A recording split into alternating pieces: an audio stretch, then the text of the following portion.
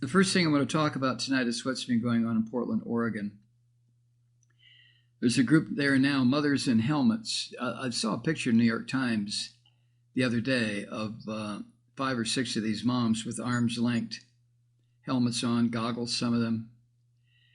And it reminded me of the mothers of the disappeared that used to gather in the squares, the city squares of Santiago and Buenos Aires, and the various cities in South America, because dictators had taken over and people were being disappeared, and the mothers of the disappeared started to show up. The sad part was that so many of those mothers of the disappeared didn't realize it, but the people they were there for had already been murdered. We are heading in that direction. I've been talking about this since forever. I understand that. And there's nothing worse than the boy who cried wolf. I understand that also. But I have been watching this encroachment on civil liberties, watching this destruction of the Constitution for a good 25 years now, maybe 30.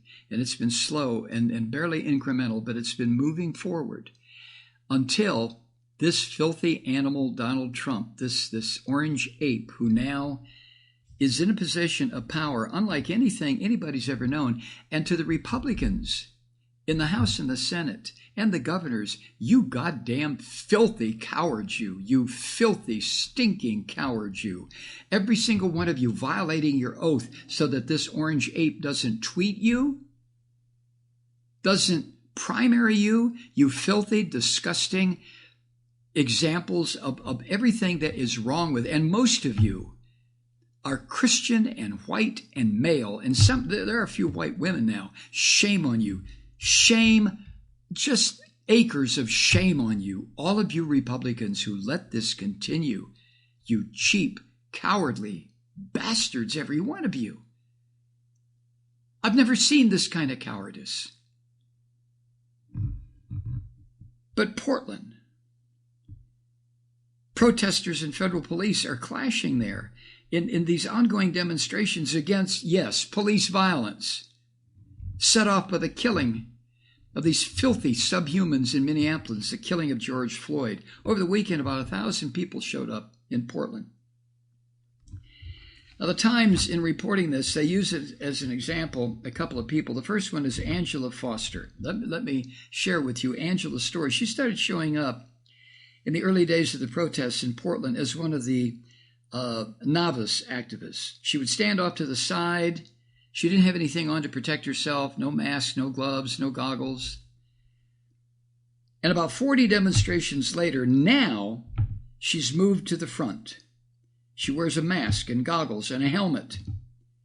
And she braces for these law enforcement pigs, these filthy son of a bitches, to charge at her. She said in an interview on Sunday, quote, "We're not leaving," end quote. We're not leaving. Now, the Orange Ape on Sunday described the situation in Portland as a national threat involving what this filthy son of a bitch called, quote, "anarchists and agitators," end quote. I'll tell you, I can't think of a political figure that I've had more disgust and contempt and pure, raw hatred for than this Orange Ape, this lying, filthy ape. The protests have featured just a spectrum of demonstrators. Most of them are now galvanized by these federal officers who are demonstrating the militarized type of enforcement that protesters have denounced for years. But the gatherings in Portland over this past weekend was the largest in weeks. And that's the thing. It's got to keep growing. It's got to keep growing, and it's got to spread to cities. We have tried peaceful means, haven't we? Huh? We've tried peaceful means. We've tried to follow the teachings of Dr. King and Gandhi and John Lewis and Jesus of Nazareth. We've tried, haven't we? Turn the other cheek.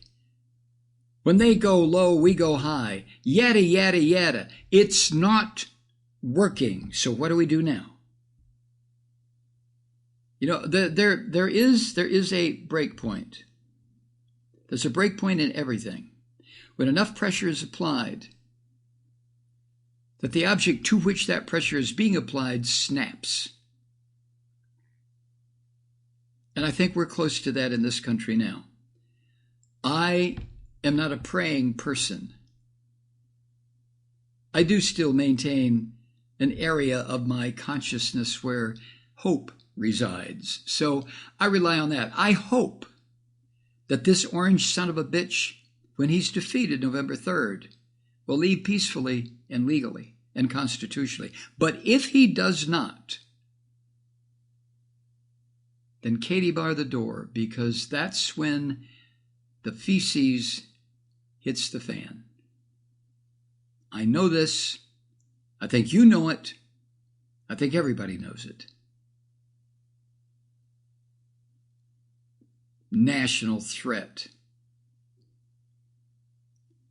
Now, granted, some of these people have shown this lawless behavior that federal officials use to justify beating the shit out of other people. Some of them throw cans and bottles. But you know what? The demonstrators, when they see that happening, they surround somebody like that and disarm the son of a bitch. And yes, on Saturday, protesters set a fire in the police union headquarters. Was it protesters, or was it another one of these agitators hired by Trump? Oh, you don't think he was hired by Trump? Okay. Most everybody that demonstrates in the streets do so using peaceful means. And most of them are shocked by the responses, the vicious, brutal responses of these federal officers who are roaming around like a bunch of goddamn wolves waiting to pounce on people. No identification. And they left some protesters injured. Tear gas all over the goddamn place. The demonstrators have held signs, they've marched. And when people have thrown bottles, like I mentioned, other demonstrators have rushed over to try to take the bottles away from them, to stop them. Then on Saturday, this group of women, I mentioned, locked arms and chanted, "Feds, stay clear, moms are here." Is this where it's going to go down? Is this where the flame finally ignites into a full-blown explosion? This is not South Carolina. This is not Fort Sumter. This is not 1861. But is it going to be in Portland this time?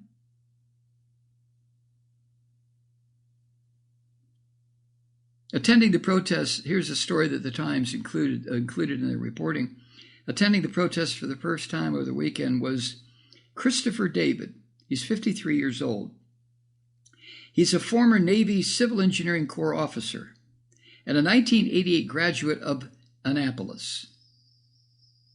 A 1988 graduate of Annapolis. He said, as quoted in the Times, quote, "I wasn't even paying attention to the protests at all until the feds came in. When that video came out of those two unmarked guys in camouflage abducting people and putting them in minivans, that's when I became aware." End quote. Now, what Mr. David did, he took a bus to the Portland courthouse. He was about to leave, about 10:45 p.m. when federal officers emerged and began advancing on the protesters. He said he felt the need to ask the officers, why were they violating their oath to the Constitution? Why were they violating their oath to the Constitution?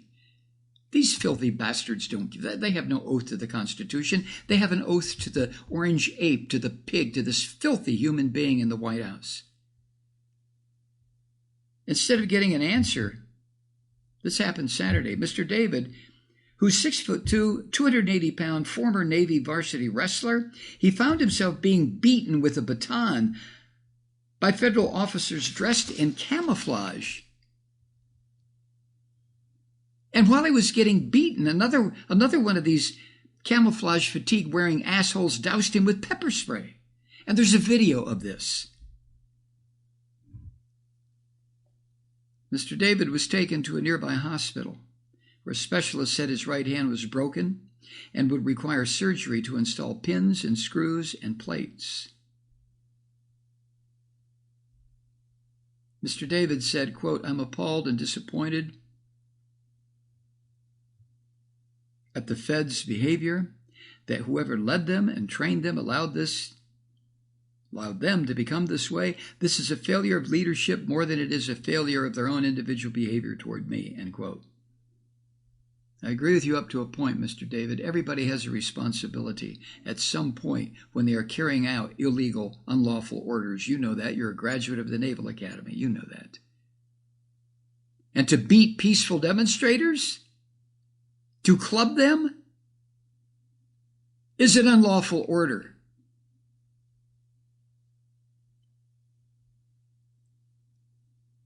Here's another guy, Luis Enrique Marquez, a self-described anti-fascist, who's been a fixture at protests in Portland for years, various protests. He said the purpose of these thugs, these federal officers' arrival, seems to be to scare the protesters, make them run home like little mice. Really? But Marquez said the officers had instead galvanized the demonstrators by displaying the very types of actions that have concerned protesters for years. That's how you know this directive came from the orange ape. He is such an ignorant son of a bitch. He orders people to do the very thing that caused the protests to begin with, along with the death of an innocent person over and over and over again. God damn, how much longer are we going to put up with this?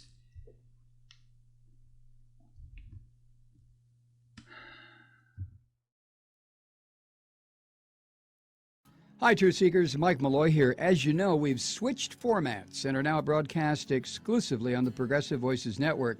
So that means you get fewer program interruptions, no corporate commercials, and lots of profanity. But our format change also means some of our radio listeners no longer hear the program. It's been a while since I mentioned our podcasts, so you may have forgotten that there is a way to listen to this program anytime you need a good dose of screaming. Visit MikeMalloy.com and subscribe to our podcasts.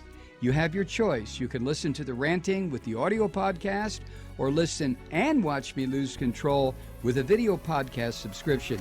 As a podcast subscriber, you can download the program to your mobile device and take me with you wherever you go. And if you have a friend who needs a dose of truth-seeking, you can give a gift subscription as well. That's MikeMalloy.com. And never miss a minute of the uncensored fun and frivolity.